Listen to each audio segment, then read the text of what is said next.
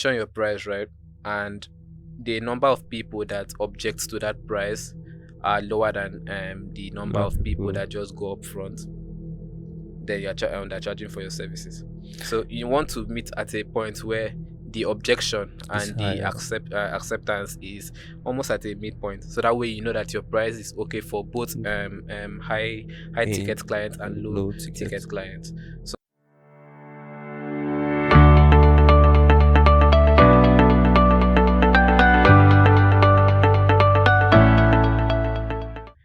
welcome to the Entrepreneurs Manual, where we talk everything about business, tech, and self development. If you're not already subscribed to this channel, do so because this is where you're going to learn everything you need to start your own career in tech. Saviour Inyang here is a product designer, a visual and brand identity designer as well, and has been a tech coach for the past 3 years. And he'll be joining us today on the set to talk about product design. Yeah. Welcome to the studio, Saviour. How are you doing today? I'm doing good. Thank you for having All me. right, I think this has been long due as well. It's been 4 years since we last had this physical conversation Mm. like this. That's long. Four Yeah, it's years. been. I think that's been since 2021, but before then we stopped talking around the lockdown. So I wanted to find out something from you. Okay. If you remember, we were both graphic designers 2019, beginning of 2020. Then after a point, you pivoted into product design and UI UX design. Why that change? What did you say that we did not? Okay. I think I would just say I saw money. Okay. Let's just say money, right? Um, Around that lockdown time, literally everyone was at home. I was still doing branding, Okay. right? I had some guys I was working with, but then I think my circle of friends also changed, right? Right. I worked with Vix. Vix is an all-rounder. Okay. Graphics, products, motion, anything design, 3D self, Okay. illustrations. He's an all-rounder. And then I still worked with other guys then along the line while I was still doing branding, someone reached out to me, can you design a website? I desperately needed money and I said yes. So you know that phrase that they say, fake it till you make it, Yeah. right? That's basically what I did there, Okay. right? But then um I'm doing product design now, and more or less there's really no much difference between that and graphics, if you ask me. It's just a situation of skill sets and marketing, right? It's just basically the same thing. So what did I see there? I just saw an avenue that was paying me more for less work Okay. at the time, right? Because I think many people pivoted into product design because people were earning better Yeah. than graphics. But then along the line, I now realize that we are too saturated, and then we actually have to get the worth of what you pay for, Okay. right? So it's not just charging high or charging less or just earning big money, right? So anywhere can still do that in graphic design. Like Okay. basically I still do that, but maybe once in a while, right? What's the main difference between product design, UI UX, and graphic design? Or would Okay. you term that as a collective? The collectivity of all of them right now is what we know as product design. No, not really. I, to be sincere, I think that conversation, that particular one you mentioned, it has been an argument for a very long time, Yeah. right? Between product design, UI UX, and graphics design. Or is it first is first? They're all design fields, right? So the same principles you go around in Yeah. product design, the same principle likely will go around in graphics design, motion design, the rest of them. But when we come into graphic design, I think the more generic way to express it would be, let's look at people that are designing identities, Okay. right, for brands. So how do your brand perceive what you are bringing out? So let's look at MTN for example. MTN has their brand color to yellow. So anytime you see that yellow color, even without the mark, you The have logo this mag. Yeah. tendency to feel that, oh, this belongs to MTN, right? Okay. So we still have under graphic design, we still have branding. That is now we also have branding to encompass the visual branding, the brand strategy, brand communications, and all that. But then when we come into UI UX, we are looking more into product aspects, right? Okay. We should also consider that a brand can be a product, right? So let's look at any cosmetics brand or maybe any car brand. Let's look at maybe Toyota. Okay. Toyota is a brand, Yeah. but Toyota is also a product. It's a car, right? Yeah. So how people perceive the brand, right? How people see how the visuals go around, the flyers, the marketing, and everything. We can take that on that graphics. But when we talk about the product aspect, is let's say we want to develop the website, want to develop an app or Okay. something around it. that is basically where our focus is, right?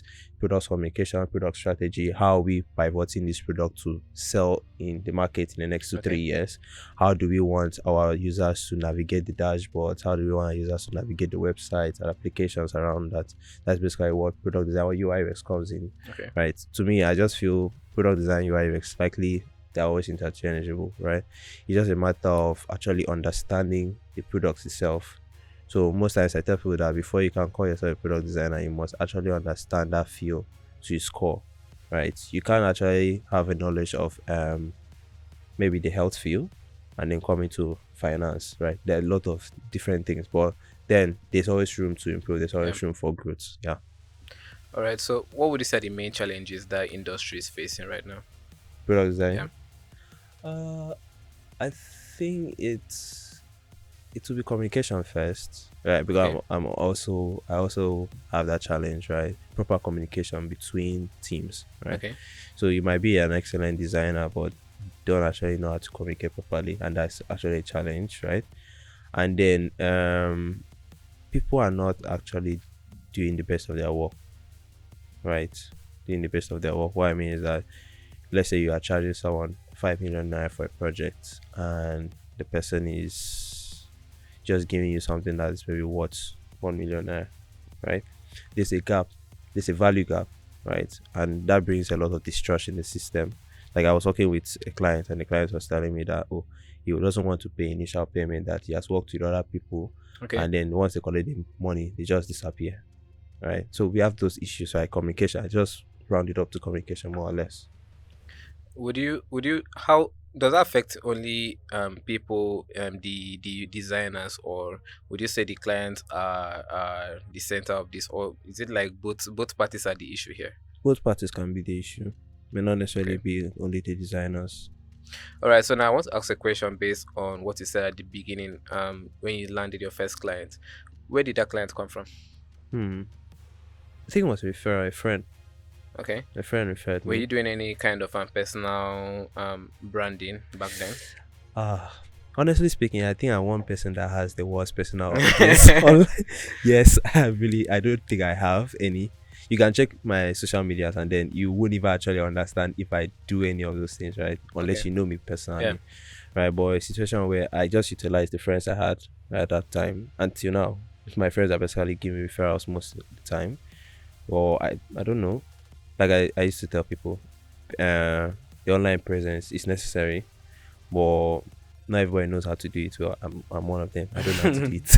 I don't So know how in to in do it. that case, would you say it's wise to outsource your presence to someone else to manage that for you, or in this field of product design, it's more of a field where your work can actually speak for you? Well, it depends on the route you're going to, right? So outsourcing yourself for someone to manage you doesn't necessarily mean you have to be oblivious about everything that's happening, Okay. right? So we know that's like, okay, let's look at technicians, technician visa. They basically help people to get to the UK and basically set you up there. I'm not saying go and get a job there, but then I know the All visa right. and everything is easier. And then now, when you look at the application system, they're not just looking for people that are good in their jobs. They're Okay. looking for leaders. They're looking for people that speak out. They're people that are known in the society, right? So you see all these events we speak, basically post this, right? Manage it and all that. So coming in from that aspect, outsourcing to somebody would actually give you a very big boost. But then if you are not able to actually express yourself during the interviews, it's also a problem, Okay. right? That one is there. And then, like you asked, if it's your work speaks for you, definitely your work has to speak for you, right? You actually have to be a good designer to get hired, but it's not always the case in every situation. The people that hire you based on you speaking at an event, the people that hire you based on how you communicate fluent with them. Your design aspect might likely just be one aspect they're looking for, but then Okay. they're looking for other things. So imagine a company trying to hire you now. They have a culture system, so it's not just about your skill sets that comes to play, right? They need to actually understand, is this person a fit for this company? Will this person be beneficiary for this company and just coming here to make money, right? Um, Based on that, what are the main ways I can get clients apart from networking, apart from my friends referring me? Let's say I am a beginner in this industry, right? So I don't have any previous work that I can be like, oh, this is what I'm doing now. If you have any clients, bring them in. So let's say I don't have that network of friends that are already in the industry. How would you tell someone like that to market themselves to find their first client? Oh, first, that will give you to more posting. Okay. Just build up your social media, attend events, right? Like you said, you have networking. You definitely need to build it, right? That one is there. You have to post on social media, let people actually know what you do, right? This advice is generally for everybody, but not everywhere. Like me, I didn't take it. You get? I think I said I've deleted my Instagram like 2 3 times. But now my Instagram is just there, just for pictures. I don't even have straight to put. I don't even post on my designs. You get? Then internships are there. Okay. Try and get them, right? Even if they are small, even if they are free, right? Try and just develop yourself. So the more you develop yourself, the more you shoot out what you can do, people will recognize you from that, right? So even as the small thing as just posting maybe a screen on Twitter, someone can see it and be like, oh, and I ask you, oh, are you looking for a job? You just basically have to be honest, to be honest, right? You just basically have to be honest, because if you tell the person you already have a job, or maybe you're just there and all that, you're looking for a job, Yeah. right? You don't have to just sell yourself short to an extent. And then the most important one for me will be like the co-messaging or co-marketing, Okay. right? Basically moving out into people's DMs, right?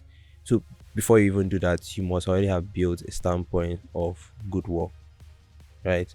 So someone reaching out to me and like, oh, I've been a designer for like 1 year. I'm looking for opportunities. I know where to refer you based on what and how you communicate with me, Okay. right? But in a situation where you just started design, like, I'm looking for a job, or just like, sorry, I don't know if this guy is listening to this was. I posted a job hiring once, and then someone reached out to me. I was like, he wants to apply for a job. I said, okay, no problem. Send me your portfolio. And he was like, he doesn't have a portfolio.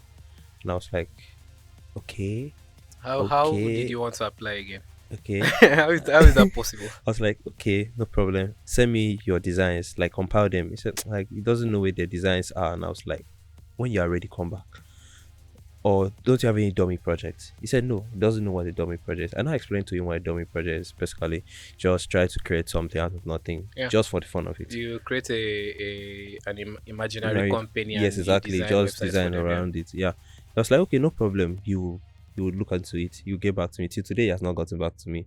You get. So those are situations we have, right? So before you even message someone, you must actually have everything ready, Yeah. right? You can't just sprawl into my DM and then I have a leap of faith in your course. It doesn't work that way. I think that's when they normally say preparation meets opportunity. Luck is when preparation meets opportunity, because I think most people, that's how you can be talented, right? Yeah. But an opportunity can pass you by, and someone that is less talented than you gets the opportunity. Why? Maybe they were ready. Maybe that guy is good, but he did not take the time out to create his account on Behance, or just creating maybe a portfolio document to You, share to client CV and all that. yeah, you may not necessarily have to create an account on Behance and on all that. Honestly speaking, if you have a place that you can just house your design, Yeah. works. Like my own is on Notion. I just I haven't had time to say I want to create a portfolio site, right? I just when I design something, I just do a mock-up and keep it there. If a client reach out to me, oh, what have you done? I just send him a link to my Notion board. It's just the same thing like sending a link to your Google Drive, right? Okay. Aside from the situation that maybe we need case studies, yeah, definitely you have to write, right? Medium works, Notion works, Google Docs even works. Okay, talking about the product design industry, right? Yeah. How have you said AI has penetrated that field? Well, yeah, it can be a blessing, yeah, it can be a curse, right? The whole situation of saying AI will take our jobs that even come into play, honestly speaking. I feel that I'm even more afraid of my guy taking my job than even, than even AI. Okay. Why? AI is built on mental models, Okay. right? They have to already see these things created by people to be able to build something, right? Okay. That's why no matter how you feel AI solves the problem, AI can only be creative based on the person that is using it, Okay. right? That's why I say I'm more afraid of my guy taking my job, right? If I go to an AI model, AI system, I'm like, okay, design a UI for maybe a fast food, right? If I do it that prompts like 7 times, I'm sure that, sorry, I'm sure that 2 out of 7 will be a repeat, right? So there is no creativity in that place, right? Okay. Which means that if me as a person is designing for someone in Akwa Ibom doing that, another person in Lagos will do the same thing, I will still get the same designs, right? But it's not a matter of creativity that comes to change that, right? So knowing how to use AI is a plus, Okay. but AI doesn't really take people's jobs, but it enhances designers' ability to actually think fast on their feet. Okay. Yeah. I feel that most people get this wrong when they think that AI is coming for their job.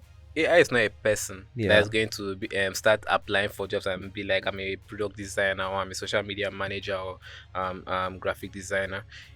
People, there are real people behind these tools, there are real people using these tools. Yeah. So in particular, AI is not the one coming for your job, but the people who are utilizing AI are Yeah. the ones coming for your job. So at the end of the day, you're still competing with human beings, which is still a good thing. But then some people are just like, leave that field, leave that industry, leave tech. AI is going to take over that side first and go to agriculture. It's still a good field. You can follow your own thoughts, you can follow your own thought process if that's what you want to go for. Agriculture is still a good niche, or the other non-tech, non-agriculture niche that's still good as well. But then the whole idea of like AI is coming for your job, I think it's just a misconception. Yeah. I don't think we have gotten to that point where AI is going to do everything and without human assistance. Basically, AI is an assistance. We are the real brains Okay. behind Yeah, it. exactly. So I think there's still that misconception. So what would you tell someone that is coming into product design newly? What are your best practices? Hmm. So first, I think I just have to correct something. It's not really about coming to product design. It's about coming to design, Okay. right? So the mistake I made at some point was um this segregation of UI UX, branding, motion. It's a problem. You know what you are good at, but have knowledge of everything works Okay. for me, right? So we have generalists, we have specialists. In Nigeria, they hire generalists more than specialists. Let's be Okay. honest, right? Someone that actually, not necessarily that you do everything, but you basically Yeah. have an idea of Have an idea everything. of everything. Yeah. So if you're coming to design, start from the very basis. Start from the basis, right? So if you are coming to learn 3D, there's no way you want to learn 3D. You will not learn illustrations or something related Okay. to isometrics, right? Which is still graphics, right? There's no way you will go into product design and you will not likely need a 3D element, right? Which you may have the 3D element at the grasp of your hands, but you don't actually know how to combine it properly because you're Okay. just doing it anyhow. But you actually understanding how 3D works comes into play, right? So if you are coming into design and you want to go into product design, no problem, it's fine. Start with the basics of design, right? The whole typography, the whole alignment, everything, the proper basics, right?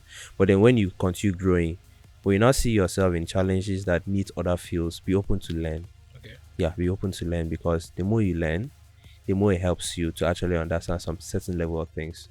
You will not understand how illustrations work till you know how to draw an illustration or what actually forces or how people draw an illustration, right?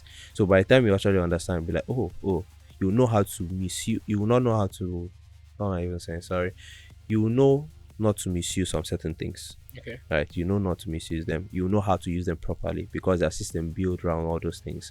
Just like branding, have you noticed that most brands have switched from imagery to illustrations? A Yeah. lot of brands have switched from Yeah. it, and that is because um, it's a situation of photography. If you ask me, if you invest in photography, good photography, you will not even need to switch to illustrations.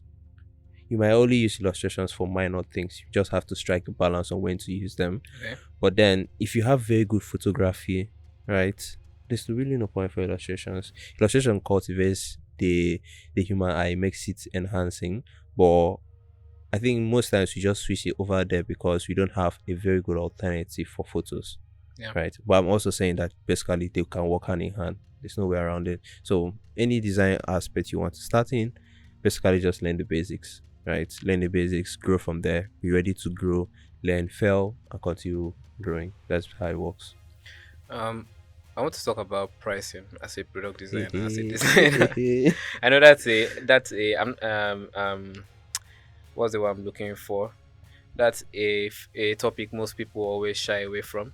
But then when I'm looking for pricing rates, I'm not actually looking for figures. What are those criterias you look out for when you're pricing for your work? Because I don't think there's a fixed price for any field in tech in Yeah, there's no particular. fixed price. It's a matter of self confidence, to be honest. Okay. What I mean by self confidence is you can you can charge someone 100k and you feel that's your worth, right? And that's fine. Another person can charge someone 1 million naira and feel that is his worth, and that's very fine. But then there must be series of actions or activities that made him to feel that 1 million naira is worth. He didn't just wake up from his bed and say, okay, from today henceforth, I'm going to charge 1 million naira. That's madness. Right. So for me, one of my criteria is, am I comfortable? Okay. Right. If I charge 100k, will I suffer on this project? That's the first thing that comes to my Yeah, mind the first. stress of the Yes, project. Yeah. exactly. So I have to account for the stress. I have to account for what I'm spending. Light. We are in Nigeria. Yeah. Light is a problem. Yeah. We are in Nigeria. Internet is a problem. So Like that you buy for to work overnight, or you find a tech hub at least that you can work okay. at. Yeah. On today is Monday, Yeah. right? I think on Friday, I went somewhere and I wanted to buy fuel. I wanted to buy fuel. And I went to like three filling stations. I didn't see fuel. I ended up sleeping at home. I didn't do anything again. I was like, no, I can't stress myself. I know I don't have lights, but I don't have energy to start looking for Yeah. fuel the whole of you, right? Now I think fuel is about 890. That's a lot, right? I Yeah. have to account for that. And then after when I remove everything, the money that remains, and I look at it, was it really worth my project? Most times projects are not really about the money. Sometimes it's about the growth and learning, right? So if you learn on the project, it's similar to getting something of value out of that project. Okay. But then if you are just delivering the work, like most like freelancing, you deliver the work and you're not really getting some things. You will definitely learn some things, but you're not getting the way you wish to. Now you now look at the whole money, right? Was it really worth it? Now going to the next price, right? The next time you have a client that is looking for something similar, you know how to increase your rate, because the thing I said earlier was, when you are charging someone, you must charge based on value. You can't just wake up from your sleep and not, you didn't offer this value before and then you want to jumpstart. People are lucky because, let's say, clients pay, right? Clients pay high for some people, and Okay. people don't actually know if they have the value to give them, but they just take the work, right? As long as the client is satisfied, there is no problem. But it won't work in every single client, right? What you delivered for 3 million is what someone will come and charge you. Maybe someone will come to pay you probably like 300k, but it's the same value you offered, right? So I just feel more or less it's a matter of your mind and where you are, right?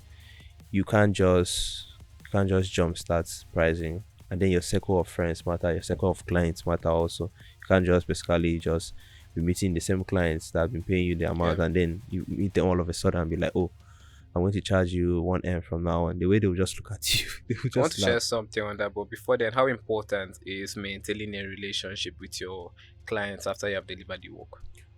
Um, it is right. Most times I feel bad for some clients I worked with and then we didn't have a very like good end point. Relationship after. Yeah, we didn't have a good end point. And then because your clients can help you with the next breakthrough, Okay. right? It's just like human interactions. People you meet today can literally help you anytime, anywhere. It doesn't necessarily have to be perfect, right? But then you just basically keep it out, check up on them and all that. Like, okay, I had a client that I worked with some years ago, and then we had a communication issue. I seriously have a communication issue. Yeah. We have a communication issue, and then I messaged him recently. I was like, I'm looking for a new job. And it was like, and I told him, and the one that told him was like, I know we didn't really end on the best of the Yeah. foot, right? But then I'm ready to like make up for that and then move forward. You get? So, irrespective, it's just an issue of pride. Okay. That time you just have to absorb that pride and then keep it down and then just basically go and ask. Because why I asked that question is, if there's this time I worked with a UI UX designer. So he wanted me to, how what does he add to his portfolio that would add more gravitas to his um portfolio, right? So just something that would differentiate him from the other designers in the market. So I told him that he should maintain a good relationship with his clients and request for a Testimonials. a a report of the pixels at the end of a duration, maybe 6 months or 3 months or even a month, because those pixels will now show us the hit graph of how long did people spend on this website, how long did they spend on this particular page. So they can convert that to be like, oh, average of people that came into this website stayed on it for this long, this duration of time. So that on its own is letting people know that, okay, your website is, your design is actually doing what it's meant to do. Because there's how you can go into a website, they have good content, everything there is, there's value, but everything is just too scattered, everything is just it's not arranged proper, and then the design, the color, the theme, everything is, the fonts, everything is just against your person. So I think that matters a lot. So that, I told him to use that style, and in that month he got for the first time in 1 month he got at least six prospects that came in. Then he vetted and worked with at least only three of them. So I think that was a strategy I developed for people in that industry. And then when it came to pricing has like a lot you look into, and you mentioned a whole lot of them. And the most important one I tell people is client potential, or portfolio potential rather. Because let's look at portfolio potential. If you are going to work with a brand that is bigger than, or has a large following already, Yeah. let's say something like Ope or something like Glovo comes to you and be like, okay, they need a revamp of their mobile app or their website, something like that. Even if they want to offer you 500K for that project, Likely will you not take collect. it. You're taking it. Not Likely. because not because you're hungry, you just need any money from anywhere, right? But you're going to take it. Why? Because of the portfolio potential. So the thing is this, right? I get you. I Yeah. get you very well. So I got like 4 jobs for a design I did for Palmpay once. Okay.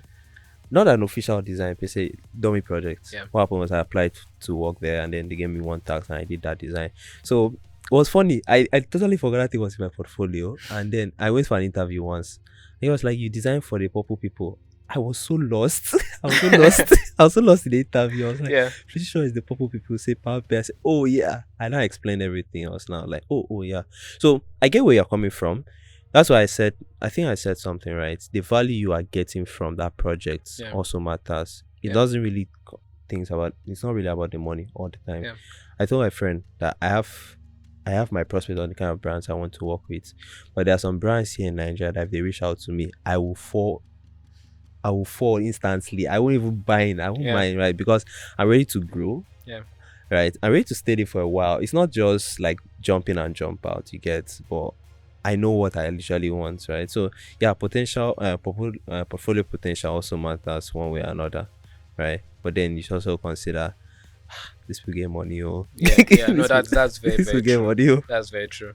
Another quick tip I like telling anybody in tech, because in tech field our prices are never fixed, is always test the waters. Yeah, So any of us that started in tech, we know how our first design, we charge the lowest amount we possibly could, just so that we can have something to show in our portfolio as our first project, right? yeah, But then when you think about it, right, you started charging 10,000 naira for a logo, and then one day you were just like, this client will I say get money. You said, okay, so it's 15,000, and they not even price you.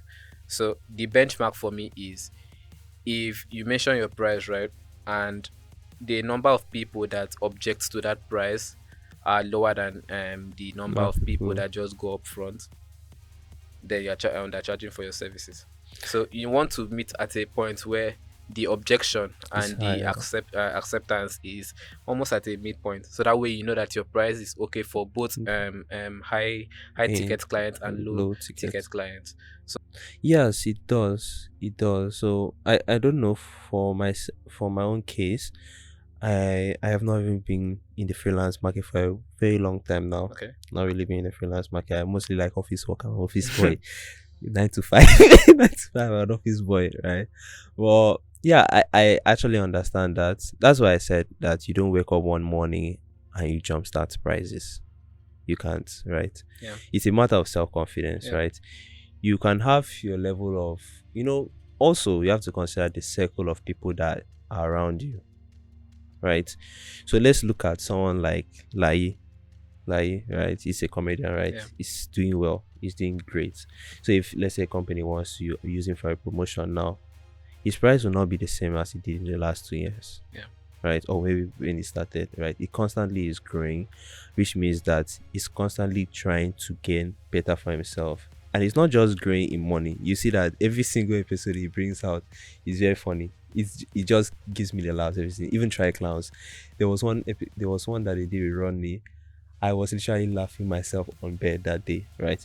You see that those people are constantly growing, which means that as you are growing, you are moving from level one to level two. Your pricing system should also move, right? Yeah. Which means that you end up meeting clients that are far out in reach and closer to you. But it's not a situation of for me, it's a situation of value, right? That's why you have to now strike that balance in between low and high, right? As long as you can strike that balance, everything should be perfect, right? Okay. If you want to be accessible to everybody. But then if you want to say that I just want the 14,500 companies, you have to also increase your price, which means you also have to increase the value you're giving out to people. It's not just necessarily I do one set of things for the last 5 years and I just want to shoot and start looking for meta to invest in me. It doesn't work that way. All right. I think I've done so much justice to this topic today. Thanks again for coming on set, and I'll bring you in some other time. All That'll be right, great, no yeah. problem. Yeah. And I know you're not a social media person, but you can tell them your socials. Okay, so you find me mostly on LinkedIn, Twitter, and Instagram. Right, my LinkedIn is open. The rest of them are locked. Well, I'm not really like hiding anything, right? But you can always check me out there. So My I'll name be Saviour is Inyang. Saviour Young. So if you're looking for a username, it's Savior with a double R. Okay, So Saviour Young with a double R. But my name still remains Savior Young anyway. that's great. Yeah. Thanks again. Thank you for having All me. right, people. We'll see you next time. All right. Bye.